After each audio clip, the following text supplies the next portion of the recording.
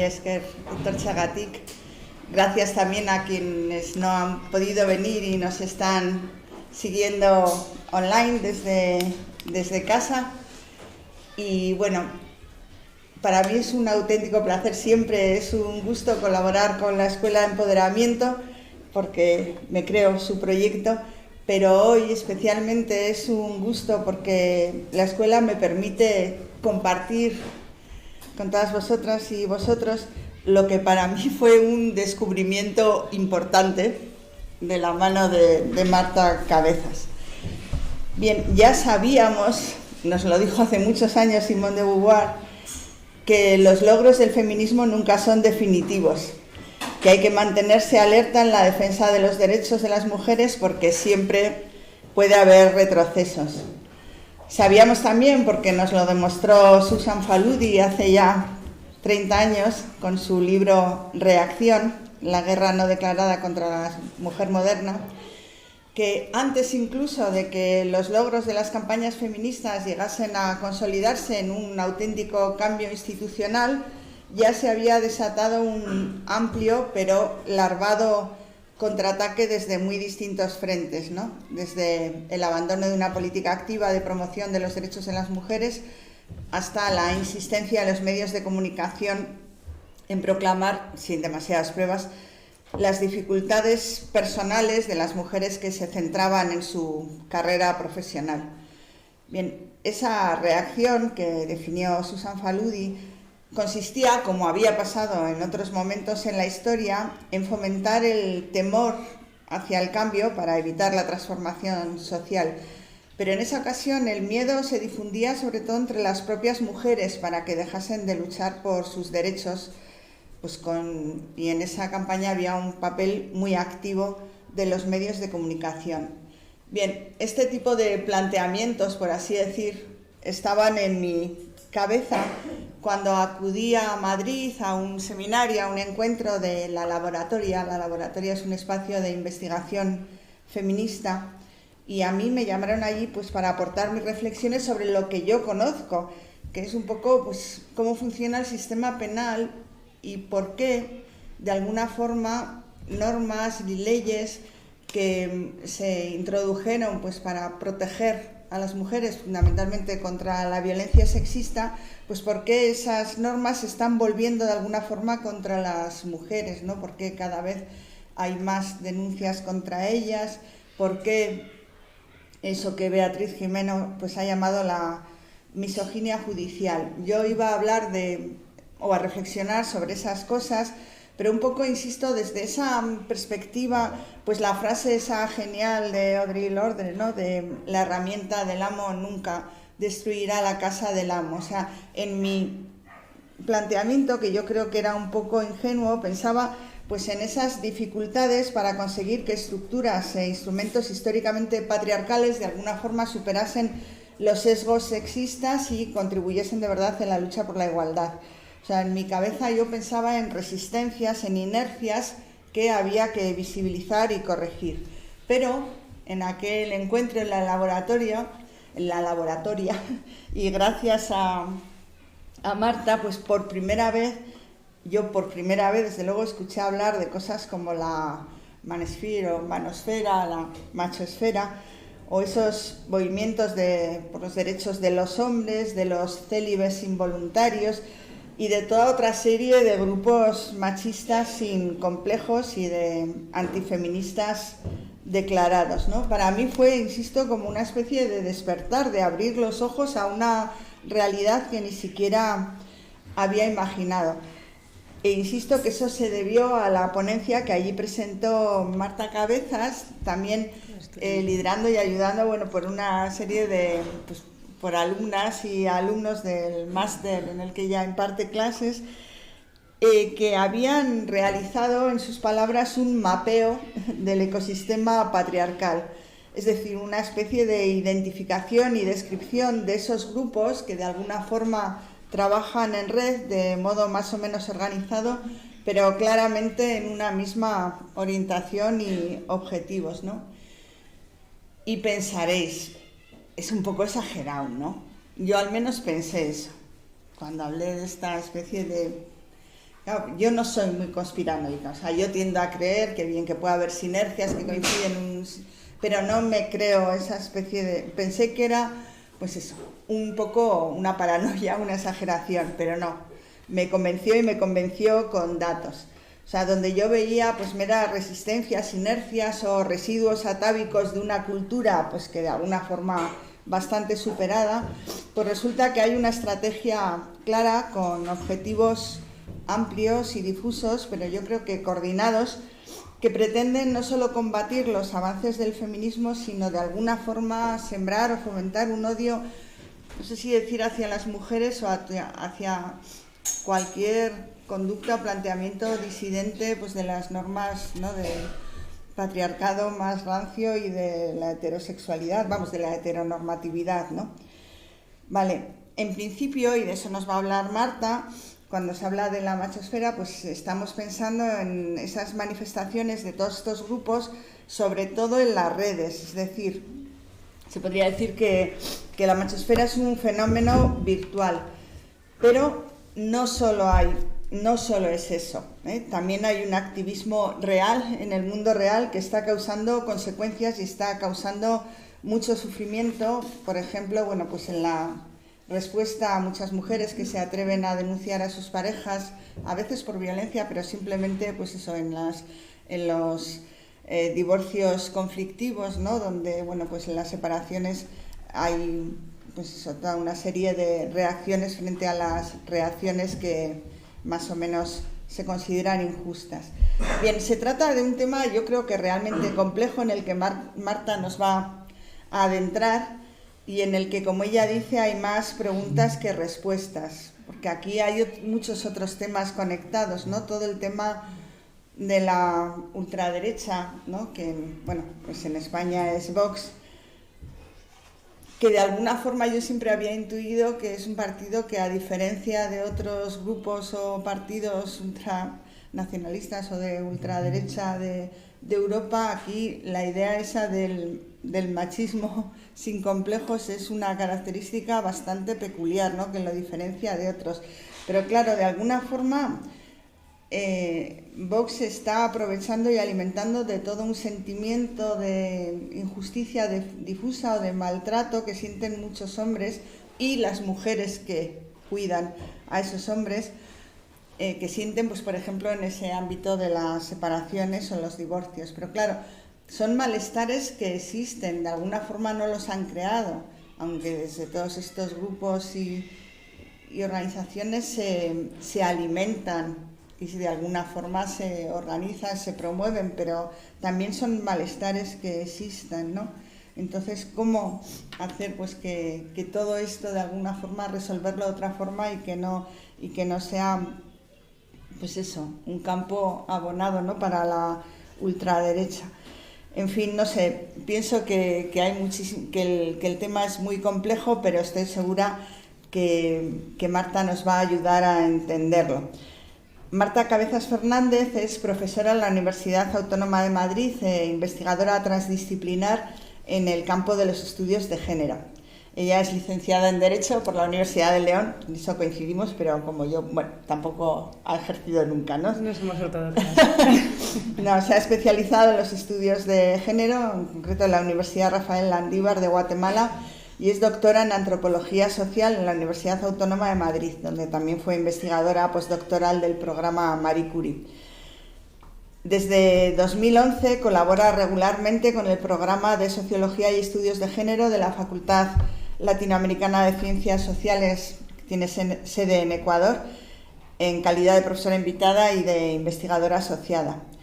Esto es muy interesante porque realizó su investigación doctoral en Bolivia en torno al feminismo, la etnicidad y los derechos de las mujeres.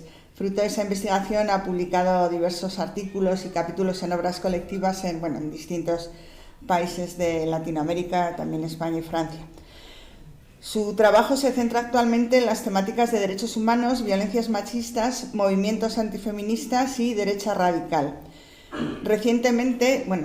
Muy recientemente, ella ha publicado en bastantes revistas académicas en Estados Unidos. Eso no os lo voy a contar, pero sí os voy a contar que es coeditora de 2 libros de este mismo año, o sea, recién salidos, bueno, uno todavía casi en el horno. Este es La reacción patriarcal, neoliberalismo autoritario, politización religiosa y nuevas derechas, que es de Editorial Bellaterra de este mismo año, y Cuando el Estado es violento, narrativas de violencia sistémica desde los feminismos y disidencias sociales. También, bueno, que este está en prensa y saldrá próximamente para el 25N, ¿no? Bueno, sin más, añadir que es docente en diversos grados y posgrados, entre ellos el Máster Interdisciplinar de Estudios de Género del Instituto Universitario de Estudios de la Mujer de la UAM, de la Universidad de México, y colabora en espacios de investigación acción feminista, que es donde yo la conocí, por ejemplo, porque la laboratoria no solo son investigaciones, también es activismo feminista. Bien, ha trabajado durante más de 15 años en el campo de la solidaridad y la cooperación internacional, residiendo en Guatemala, Nicaragua, Bolivia, Ecuador y Marruecos. Como veis, una amplísima trayectoria que hoy pone pues, a nuestro servicio. Antes de darle la palabra a Marta y agradecerle otra vez más su presencia aquí, recordar a quienes estéis pues viéndonos en streaming que podéis hacer preguntas en directo, bueno, por WhatsApp, Telegram, y en el número 627-404786. Bueno, si queréis lo repetimos al final, pero sin más, insisto, volviendo a agradecer tu presencia, pues tienes la palabra, Marta. Bueno, muchísimas gracias por estar aquí, quienes estáis presencialmente, igual gracias también a quienes nos escuchan en streaming y a quienes nos escucharán a posteriori de este evento.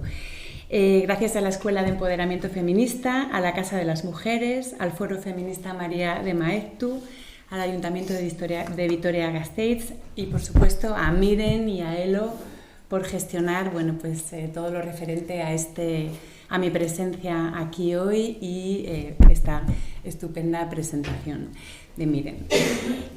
Contaros que voy a hablar muy poco de números, por no decir casi nada, siguiendo la tradición cualitativista de la antropología, ¿verdad? Y voy a referirme a algunas viñetas que a nosotros nos gustan mucho para justamente arrancar los análisis que hacemos de la realidad sociocultural. ¿De acuerdo? Algunas competen a mi propia vida y a encuentros que he tenido con múltiples investigadoras e investigadores que he ido encontrando en diferentes congresos y encuentros en Estados Unidos, en América Latina y en Europa, y os iré contando a forma de anécdotas cosas bastante serias e importantes para los argumentos que aquí quiero hacer. Contaros que me vengo interesando por estos temas de la reacción patriarcal y de la derecha radical desde 2019, cuando iba a empezar mi proyecto postdoctoral aquí recién regresada de Ecuador, y el proyecto se llamaba La violencia de género en el laberinto estatal. Curiosamente, antes de empezar el proyecto tuvieron lugar las elecciones andaluzas de diciembre de 2018 y observé con mucho interés y preocupación, por supuesto, cómo el partido de ultraderecha Vox ganaba representación parlamentaria hasta convertirse en la tercera fuerza política a nivel nacional. Esto tiene muchas declinaciones diferentes en diferentes lugares del territorio del Estado español. Pero me sorprendió y me interesó escucharle repetidamente nombrar el lema de la violencia no tiene género en el contexto de campañas que utilizaban el marco de la reconquista de España como marco para ir a las campañas electorales, ¿de acuerdo? Un marco que utilizaron desde 2015 hasta 2019, donde nos llamaban feminazis, a veces feministas supremacistas, y donde incluso ensayaron un feminismo español que creo que ha sido menos escuchado que sus propuestas antifeministas, pero donde incluso ensayaron una especie de autoidentificación como feministas con fines de estigmatización de los colectivos inmigrantes y sobre todo musulmanes, ¿no? Como una forma de afirmar la superioridad de lo español frente a lo inmigrante y particularmente frente a los colectivos musulmanes. De manera que se nos estaba señalando como enemigas de esa nación imaginada de la ultraderecha. ¿Sí? Entonces estos acontecimientos me hicieron reorientar mis intereses de investigación y, para hacer una historia larga o corta, contaros que he estado haciendo investigación online y offline en torno a las campañas electorales, en torno a las llegadas de la ultraderecha a los parlamentos con sede en Madrid, las Cortes Generales y el Parlamento de la Comunidad de Madrid. He hecho grupos de discusión con votantes de Vox y del PP, y últimamente, y es en lo que me conoció Miren, me había interesado, junto con estudiantes y otras compañeras y compañeros que me han acompañado en esta deriva abierta, sin un final previsible. Me había interesado por el movimiento masculinista, entonces ahí nos conocimos mientras estaba realizando algún trabajo de campo con estudiantes y compañeras situado en Madrid, y quiero aclarar que la situación de el lugar donde investigo es Madrid, y mis ideas vienen de muchos intercambios, pero por supuesto habrá cuestiones a discutir aquí después en el encuentro, ¿no? en el momento de la discusión. Contaros que esta cuestión de la emergencia electoral de Vox resonó particularmente con dos anécdotas, si queréis, de mi vida cotidiana que os quiero contar, y que imagino que pueden interpelaros y que os pueden transportar a vuestra propia cotidianidad, que me gustaría que interpelaros en ese sentido para que después conversemos cuando termine. La viñeta número 1 tiene que ver con un hombre recién divorciado que abre un blog y llama a su expareja feminazi, se pinta como víctima de esta feminazi, al tiempo que hace públicos documentos, profusos documentos, los hace públicos ilegalmente, generándole severos daños, y finalmente siendo cerrado su blog por la policía después de una denuncia de violencia de género. Segunda viñeta, un estudiante que dice ser de Vox se inscribe a un curso de género y derechos humanos, cuya profesora ya os podéis imaginar quién era, en una universidad latinoamericana, en el contexto de una maestría de estudios de género, y debo decir que aprendí muchísimo de esta situación, porque enfrentamos, yo y mis estudiantes, algo que creo que sigo enfrentando el día de hoy, y os lo planteo, ¿no? Y lo he llamado el dilema de la resonancia frente al silenciamiento, un dilema que creo que no tiene solución, por eso lo llamo dilema. Me refiero, y vuelvo al contexto de aquella clase, si resonamos con determinados mensajes que además están siendo planteados para escandalizarnos, corremos el riesgo de seguir haciéndolos más grandes, ¿no? Y jugar su juego. Si no replicamos, podríamos estar cayendo en un silenciamiento del feminismo, generando silencios y silenciamientos, ¿de acuerdo? Con tal de no resonar y hacer el ataque más grande, ¿no? Entonces lo dejo ahí porque creo que sigo enfrentando este dilema cotidianamente, y creo que lo enfrentaremos todas en algún momento de nuestra vida, ¿no? Lo que os voy a presentar hoy es una secuela de este libro, ¿verdad? El título es el mismo, el subtítulo es diferente, entonces una parte de lo que os voy a contar está ahí aquí y otra parte no, forma parte de investigaciones, las que conoce o las que conoció Miren, que todavía no están publicadas. El libro se llama, ya os lo ha contado Miren, La reacción patriarcal, neoliberalismo autoritario, politización religiosa y nuevas derechas. Como os fijáis, el subtítulo es diferente a lo que vamos a ver hoy. Y contaros, que aquí tenemos textos de Europa y las Américas, y de mucha enjundia. Quisiera hacer algunas advertencias, algunos planteamientos y quizá presentaros algunas prevenciones antes de ir al fondo de la cuestión. Primero voy a abrir un melón muy grande para resolverlo en una hora, y espero no entretenerme más de lo necesario para dejaros, para que podamos conversar. No quiero contribuir de ninguna manera, no es mi intención, a generar más pánico moral ni a alimentar la imaginación distópica. Creo que esas son las armas de la ultraderecha y se las vamos a dejar a ellas. Por ello creo que no está mal un poco de humor y de ironía de repente que nos puede ayudar a pensar esto mejor, ¿no? En ningún caso banalizarlo. Creo que hacemos muy mal minimizándolo y hacemos muy mal maximizándolo. Lo que realmente quiero es visibilizar lo que subyace al discurso antifeminista de la ultraderecha, no solo la españolista, sino la que tenemos en un montón de países, porque estamos hablando de un fenómeno transnacional que tiene diversas declinaciones, pero que no es, digamos, único de la ultraderecha españolista, ¿de acuerdo? Y nos sirve la metáfora un poco gastada del iceberg, ¿no? Vamos a ver qué hay debajo de lo que sí se oye y de lo que sí se ve, ¿no? Y me interesan particularmente pues entender mejor los procesos de radicalización y de derechización de la sociedad y particularmente de los hombres. Quiero también hacer un planteamiento que de repente lo podemos conversar en el debate, ¿no? Creo que la autocrítica feminista puede ser una de las primeras bajas en este contexto de polarización en torno al género que empuja a la ultraderecha y que estamos sufriendo. Me hizo pensar mucho un encuentro con una feminista húngara que se preguntaba qué hemos hecho mal, ¿no? ¿Qué hemos hecho mal nosotras las feministas, ¿no? Me dejó pensando muchísimo tiempo y confieso que fue una pregunta que me dejó mal cuerpo. Pero me gustaría trasladar esta pregunta al futuro. Yo os contaré cosas que han generado y que generan fuertes reacciones patriarcales, pero me gustaría que pensemos qué podemos hacer y no tanto qué hemos hecho mal, porque parte de este fenómeno de la reacción implica echarle la culpa al feminismo y a las mujeres de todos los males de las mujeres y de la sociedad. Entonces no caigamos en esa trampa y pensemos en adelante.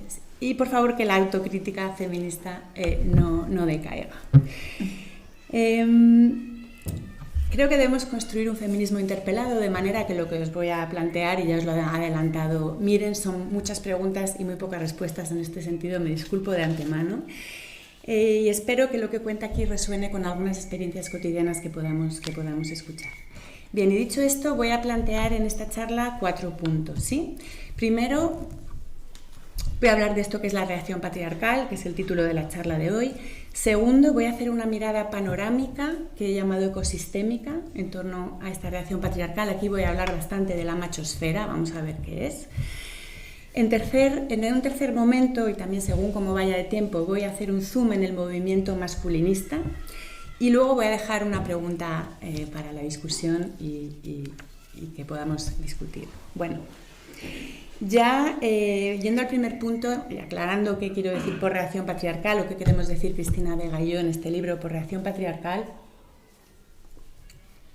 señalar que sí, somos herederas de la crítica de Faludi, por supuesto, que ya ha comentado. Miren, hemos decidido llamar este fenómeno reacción patriarcal, pero tenemos algunas precauciones sobre el término reacción, ¿sí?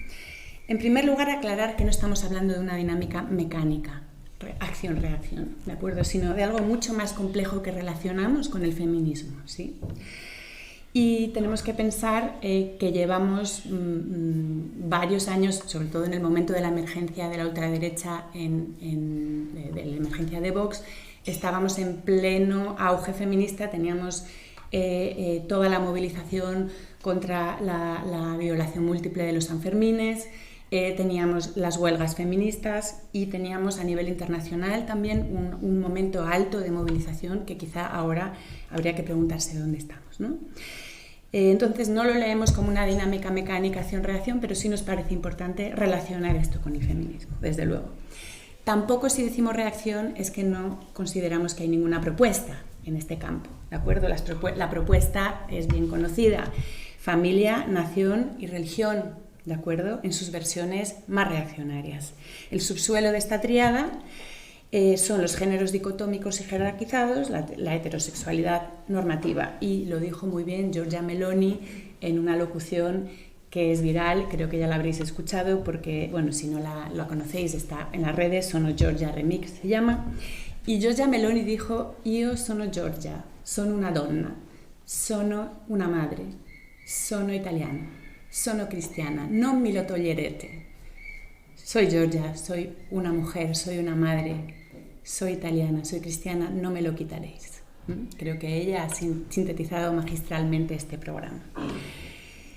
Hemos discutido con nuestras colegas de Hungría y Polonia sobre el carácter antineoliberal o no de esta reacción. Cristina y yo consideramos que es un giro autoritario dentro del proceso neoliberal. Y seguimos en esto a Wendy Brown, porque ella nos hace ver o plantea que la propuesta familista del neoconservadurismo y de los sectores reactivos no es incompatible con un programa neoliberal. Más bien, necesitamos familias bien organizadas en torno a una autoridad patriarcal para que soporten las cargas del neoliberalismo, ¿de acuerdo? En todo caso, hay colegas, sobre todo desde el este de Europa, que dicen que estamos ante un antineoliberalismo reaccionario que nos ha ganado la mano con las políticas familistas, entre otras cosas, ¿no? Es interesante entender que este ecosistema reactivo, y en ese sentido en que Faludi decía, tiene una percepción de que las mujeres nos hemos vuelto, digamos, ingobernables dentro de las estructuras patriarcales y que el feminismo se ha vuelto hegemónico. Esto es algo muy llamativo. Bueno, paso a la segunda palabra del título, patriarcal, ¿de acuerdo? Paradójicamente, Vox puso el género en el centro de la disputa política, ahondando en la polarización de la sociedad en torno al género y utilizando el género como polarizador, ¿de acuerdo? Lo cual tiene algo de paradójico, ¿no? A la pregunta de por qué el género importa a la ultraderecha podemos lanzar tres hipótesis y no quiere decir que no sean las tres verdad o verificables en los hechos, ¿no? La primera, que es la que menos me gusta, dice que es una cortina de humo, que es una forma de no hablar lo que realmente importa. No sé qué pensaréis de esto. Una segunda hipótesis tiene que ver con que hay un uso estratégico del género para polarizar y escandalizar, ¿de acuerdo? Y una tercera tiene que ver más bien con que el género sí importa mucho. Dice Rita Segato que el género es el pilar de toda dominación, ¿no? Somos interseccionales, muchas de nosotras, y sabemos que no es el único elemento de las matrices muy complejas de dominación en las que estamos inmersas, pero pienso que no podemos olvidar esta dimensión fundamental, fundante del poder, que es el género, motivo por lo que importa, desde luego. Y John Scott nos deja otra perla, ¿no? Y nos dice que el género es un campo primario donde se articula el poder, ¿no? Entonces, cuando hablamos de género y de algo más. Por supuesto, nosotros pensamos que el género sí importa, aunque sea utilizado estratégicamente y aunque eventualmente pueda ser interpretado como cortina de humo por algunos de nuestros colegas, incluso de las izquierdas, ¿no? Con estos aperitivos, digamos, en torno a lo que entiendo por reacción, entendemos, y patriarcal, paso a hacer esta mirada en clave con una lente de gran angular para hacer una lectura panorámica o ecosistémica, como me gusta plantear, ¿sí?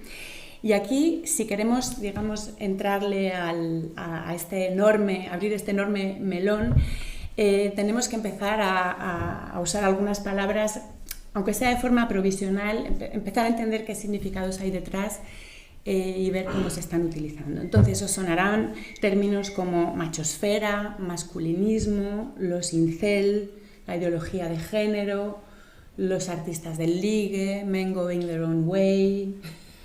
Lo siento. Luego voy a volver sobre estas palabras. Lo siento por los compañeros, sí. Disculpas. Bueno, contaros que se ha escrito mucho en Estados Unidos en torno a estas cuestiones y en torno en particular a lo que hemos traducido como machosfera o manosfera, ¿de acuerdo? Que no es todo de lo que quiero hablar hoy.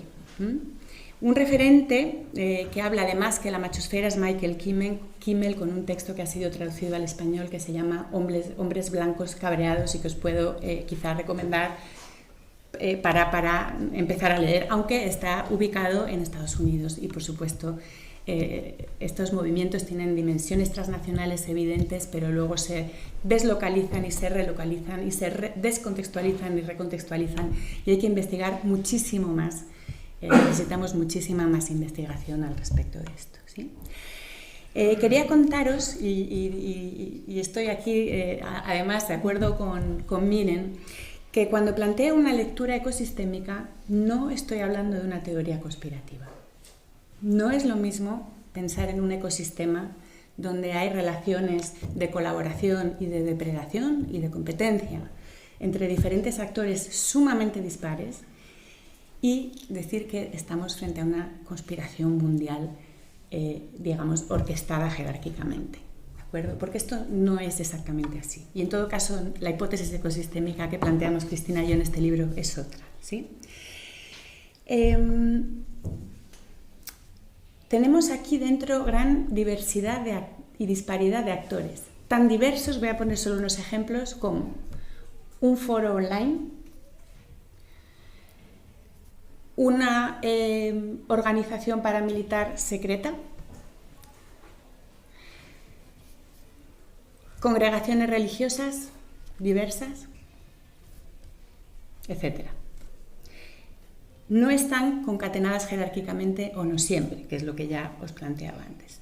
Y creo que lo que nos interesa entender, y esta es lo que os dejo encima de la mesa, ¿no? Y lo que debemos pensar es, tenemos que entender las grietas, ¿de acuerdo? ¿Por dónde están las grietas y por dónde podemos trabajar para enfrentar este ecosistema desde el feminismo? ¿De acuerdo? Es un ecosistema que tiene en común su antifeminismo. Y voy a hablar de 3 elementos que yo creo que son muy importantes para nosotras ahora, ¿sí? Estos 3 elementos serían el fundamentalismo religioso, la machosfera y el masculinismo, ¿de acuerdo? Si me da tiempo, vamos a ver cómo voy, haré zoom en el masculinismo. Y empiezo por el fundamentalismo religioso. También, para quien quiera seguir investigando, Román Cuesta hizo un texto donde juntó bastantes investigaciones ya hechas y que se publicó en 2021 en una compilación hecha coordinada por la Rosa Luxemburgo, que se llama De los neocon a los neonazis, si no me equivoco. Entonces, Román Cuesta es una referencia y lo que os cuente ahora lo podéis también leer en su texto. Bueno, aquí en este cajón o en esta partecita de este ecosistema tenemos la defensa de la vida, la familia y la libertad. Esto encontramos si abrimos la web de su buque insignia, que ya conoceréis, que es Hazte Oír, y su secuela internacional, que es Citizen Go, ambas con sede en Madrid. Aquí tenemos el discurso de la complementariedad de género frente al discurso de la igualdad. Tenemos muchas mujeres participando, y son mujeres que participan en tanto madres, defendiendo los derechos de las madres. Su discurso, uno de sus puntales, y lo habréis escuchado recurrentemente, es esta cuestión de la ideología de género, ¿de acuerdo? No es un término feminista, esto lo llamamos también antigenerismo. Para hacer una historia larga también bastante corta, de lo que se trata es de calificar toda la teoría feminista como una falsa interpretación de la realidad, ¿de acuerdo? Y una oposición tajante a todo aquello que podríamos llamar políticas de género, y todo aquello que lleva el apelativo género, incluidos los estudios de género, ¿sí? Se oponen al aborto, a los derechos trans y LGTBI particularmente, y si os acordáis ha habido varios buses circulando en nombre de Hazte Oír, con lemas como Stop Feminazis, ¿no? O los niños tienen pene y las niñas tienen vulva, que no te engañen, ¿de acuerdo? Apoyaron explícitamente a Vox en la campaña electoral de 2019 con la campaña Stop Feminazis. Hay vínculos probados de Hazte Oír y también de Vox con la sociedad secreta paramilitar mexicana, el Yunque, que tiene estrategias de infiltración en estructuras políticas y religiosas y de creación de asociaciones fantasmas, ¿de acuerdo? El Este apartado, este cajón de la reacción patriarcal incluye organizaciones religiosas y seglares unidas por una interpretación sumamente fundamentalista, incluso integrista de la religión, y promueve y ha generado, sobre todo en América Latina, alianzas nunca vistas entre evangélicos y católicos. Hacen ciberactivismo, hacen lobby frente a los gobiernos y frente a los organismos internacionales y generan movilizaciones antigénero en las calles, ¿sí? La primera pata, que no es de la que os quería hablar especialmente hoy. La segunda, la machosfera. Hay un texto que ha salido hace unos pocos días que se llama Jóvenes en la manosfera y que trabaja particularmente el tema de la violencia sexual, que promovió el Centro Reina Sofía y que coordinaron Elisa García Mingo y Silvia Díaz Fernández, recién salido. Aquí se destila la frustración sexoafectiva masculina y la problemática de la masculinidad, de la dificultad de los propios hombres de cumplir con los mandatos de masculinidad, particularmente con el mandato de virilidad, diría yo. Es un fenómeno básicamente homosocial, donde participan hombres, así como os decía que en el anterior colectivo, en la anterior cuestión teníamos una fuerte participación de mujeres. Aquí no, o mucho menos. De todas maneras, son fenómenos que transcurren principalmente en las redes sociales y, por supuesto, no podemos verificar quién es hombre y quién es mujer. Su lugar emblemático por aquí, por estas tierras, suele ser Forocoches. Sabéis que fue en Forocoches donde se filtró el nombre. Hay un silencio en la sala y algunas sí. Bueno, quiero escucharos después. En Forocoches se filtró el nombre de la víctima de la violación múltiple de los Sanfermines, por poneros algún ejemplo. Sus participantes se llaman entre sí shures y intercambian una interjección muy típica que es TDS, PTS, que significa todas putas, como para decir, ok, sí. Solo por daros algunas pistas. Bueno. Algo interesante es que comparten la filosofía Red Pill. Habréis visto Matrix, ¿sí? Entonces, resulta que, a ver si no lo cuento mal, Morfeo ofrece a Neo 2 píldoras, ¿cierto? La azul y la roja, ¿sí? La azul si quiere seguir su vida y seguir engañado, digámoslo así, y la roja si quiere despertar, ¿de acuerdo? Toda la filosofía de Red Pill se plantea como un despertar de los hombres a la dominación de las mujeres, ¿de acuerdo? Al ginocentrismo de la realidad, donde los hombres serían el género desechable y donde las muertes, la violencia y los suicidios de los hombres serían el producto de un sistema de dominación de las mujeres sobre los hombres, como si a la guerra les mandaran o les explotaran en las empresas unas mujeres feministas altamente organizadas, y como si los gobiernos que promueven las guerras y las empresas que explotan a los hombres en las empresas, ¿no?, fueran parte de una conspiración feminista, ¿no? Aquí es donde discrepamos en su interpretación de los hechos. Y sin embargo, constatan una serie de fenómenos que son muy reales y que requieren algún tipo de procesamiento, ¿no? Hay un sufrimiento de los hombres en el patriarcado que nosotras, como feministas, creo que siempre hemos reconocido, ¿de acuerdo? Y que nuestros colegas de los movimientos de hombres feministas o profeministas han trabajado y están trabajando todos los días. Tienen una idea de que las mujeres somos hipergámicas. Entonces, ¿qué elegimos? A los hombres más viriles, esto que llaman machos alfa, sistemáticamente, y que esto hace que unos otros hombres llamados beta permanezcan solos y aislados y sin poder mantener las relaciones sexoafectivas con mujeres que desearían, ¿de acuerdo? apoyaron a Trump. Hay investigaciones que señalan que el foro de discusión Red Pill de Estados Unidos, que es un poco donde la cosa se articuló, apoyaron la elección de Trump. Hay varias subculturas aquí, ¿eh? Dentro de la machosfera, ¿de acuerdo? Pensad que esto se ha teorizado principalmente desde Estados Unidos, y te las voy a nombrar, porque son de todas formas variopintas, ¿sí? Tenemos unos que se llaman pick-up artists, artistas del ligue. Tienen el método. Plantean formas de ligar, de cultivar el cuerpo, en esta idea de que las mujeres elegimos a los hombres más guapos, más viriles, y digamos el método que da pie a muchos cursos, libros, etc. Roza el tema del consentimiento, ¿no? Y hay técnicas para bordear el consentimiento de las mujeres que se tratan en este método, ¿de acuerdo? Y os voy a contar, voy a intentar narraros un meme con un osito, ¿no? Así muy amoroso, que dice: violación es una palabra muy fuerte, llamémoslo sexo sorpresa.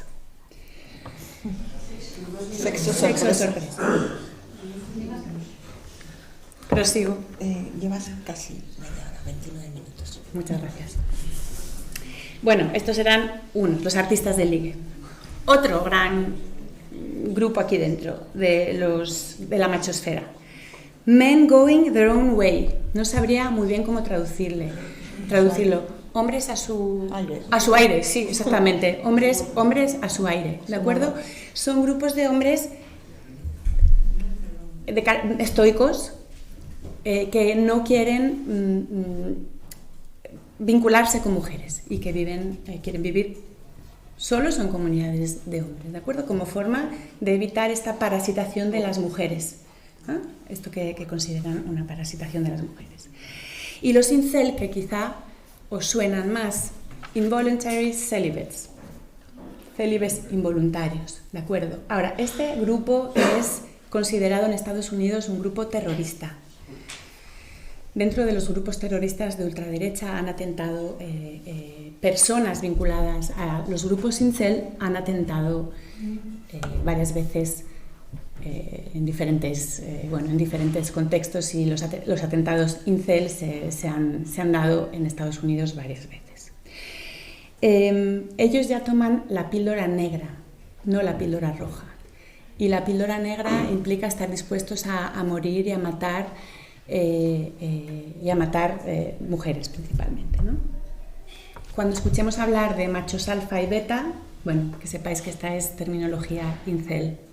Yo cuando escucho llamar a algunos de nuestros políticos macho alfa, me entra un pellizco, ¿no? Porque, bueno, es posible que estos términos y estas palabras circulen más allá, por supuesto, no es posible, no, es un hecho que circulan más allá del movimiento incel, pero tenemos que pensar que vienen de ahí, ¿de acuerdo? Incluso el movimiento incel llega a plantear que tiene derecho a que se distribuyan mujeres, una mujer por cada hombre, ¿no? Incel, perdón, he dicho movimiento incel, pero bueno, aquí estamos hablando de fenómenos que suceden típicamente online y que transcurren en comunidades virtuales. Las investigadoras están señalando que en estas comunidades virtuales se da mucho apoyo afectivo, curiosamente, ¿no? entre hombres. Y paso al masculinismo, tercer elemento del que quería hablar y del que, bueno, quería hablar un poco más, pero me parece que me he enrollado un poco con esta primera parte. Bueno, voy bien, vale. En inglés, MRA, Men's Rights Activism, ¿de acuerdo? Masculinismo podría ser es uno de los nombres que utilizan en castellano, ¿de acuerdo? Yo tengo algunas dudas sobre cómo llamarlos y también hay que entender cómo se llaman a sí mismos, ¿de acuerdo? Pero masculinismo es un término que ellos utilizan para nombrarse en castellano y que creo que, bueno, que a lo mejor no todos los grupos de los que quiero hablar se autodenominan así, pero creo que engloba. Y en todo caso voy a hablar de esto como los MRAs, como si el análogo a los MRS de Estados Unidos, ¿de acuerdo? Ahora, ¿qué pasa con este grupo y por qué no lo pongo esto es una decisión muy personal, en la machosfera? Normalmente se lo pone en la machosfera, se considera que es uno de los elementos de la machosfera, el cuarto elemento. Pienso que hay que darle una entidad especial, ¿de acuerdo? Y tratarlo de forma singular, aunque al interior haya muchos vínculos con la machosfera, ¿de acuerdo? Tal como yo los leo en mi trabajo de campo, son activistas más bien legales en su punto de partida, ¿de acuerdo? En Estados Unidos empezaron los MRAs como una escisión del movimiento feminista, ¿de acuerdo? Empezaron estando vinculados al movimiento de liberación de las mujeres de los años 60 y 70, ¿sí? Y de ahí se desvincularon. Y entonces desde ese momento podemos pensar en varios grupos de hombres organizados en tanto hombres, ¿no? Algunos son feministas, otros se llaman a sí mismos profeministas, ¿de acuerdo? Y otros son antifeministas, ¿no? Aquí dentro también hay muchísimos matices. De los que estoy hablando es de los antifeministas, por supuesto.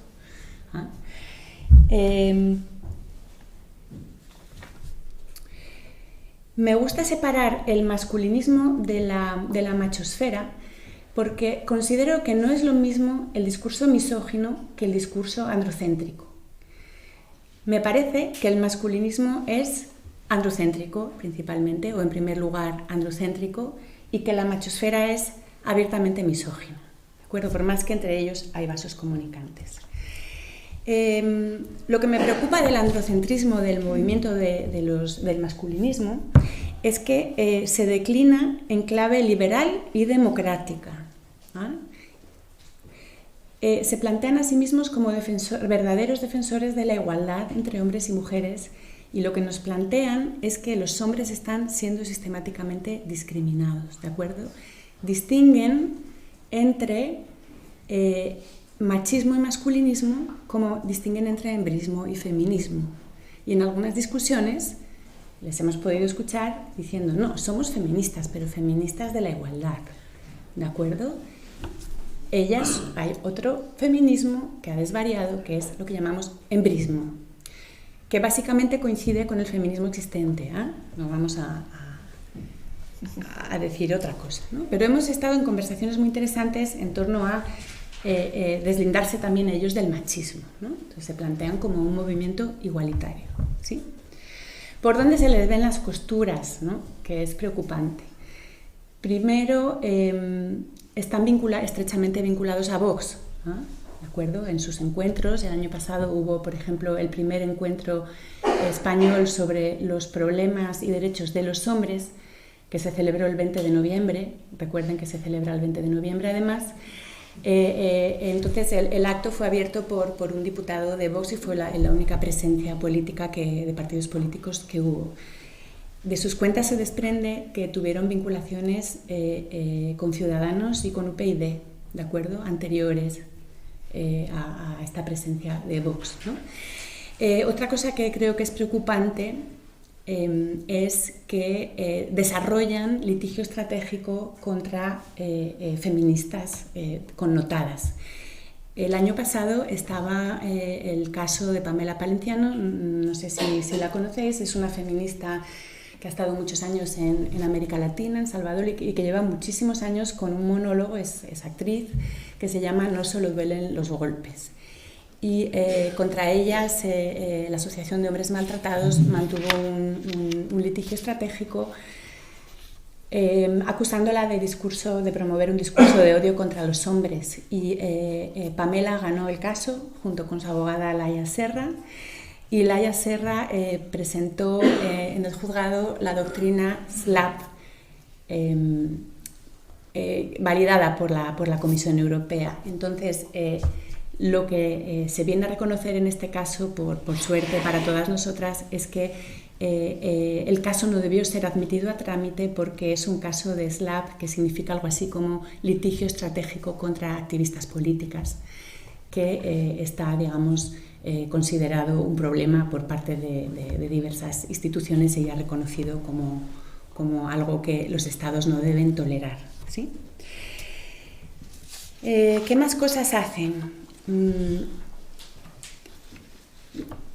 Su agenda política gira en torno a la violencia de género, a la cuestión de los hombres maltratados, y a la defensa de los hombres frente a falsas denuncias de violencia de género de sus parejas.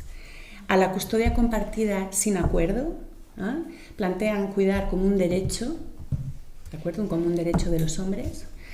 Y uno de las pancartas que nos gustó cuando en uno de los encuentros que hicieron frente al Ministerio de Desigualdad el año pasado, así lo llaman, decía no soy un cajero automático, ¿no?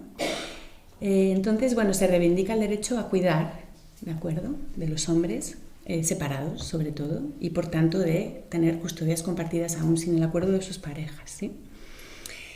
También abogan por la aplicación del SAP, del síndrome de alienación parental, falso síndrome también, no me voy a extender en esto, sobre el que hay muchísimo trabajo en el ámbito de los derechos humanos. Abogan por la aplicación del falso SAP en situaciones donde las exesposas estarían, digamos, manipulando a los hijos. Y detrás de algunos de estos casos tenemos sospechas de violencia sexual contra los hijos y las hijas. Y también, por supuesto, están en contra del tema de la sustracción de menores por parte de las madres protectoras que escapan con los hijos y las hijas cuando consideran que el Estado no los protege, ¿sí?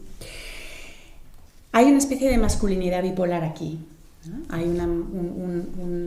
una masculinidad, hay unos hombres que quieren cuidar y hablan de esto y están poniendo por delante el sufrimiento que les provoca la separación de sus hijos en los divorcios.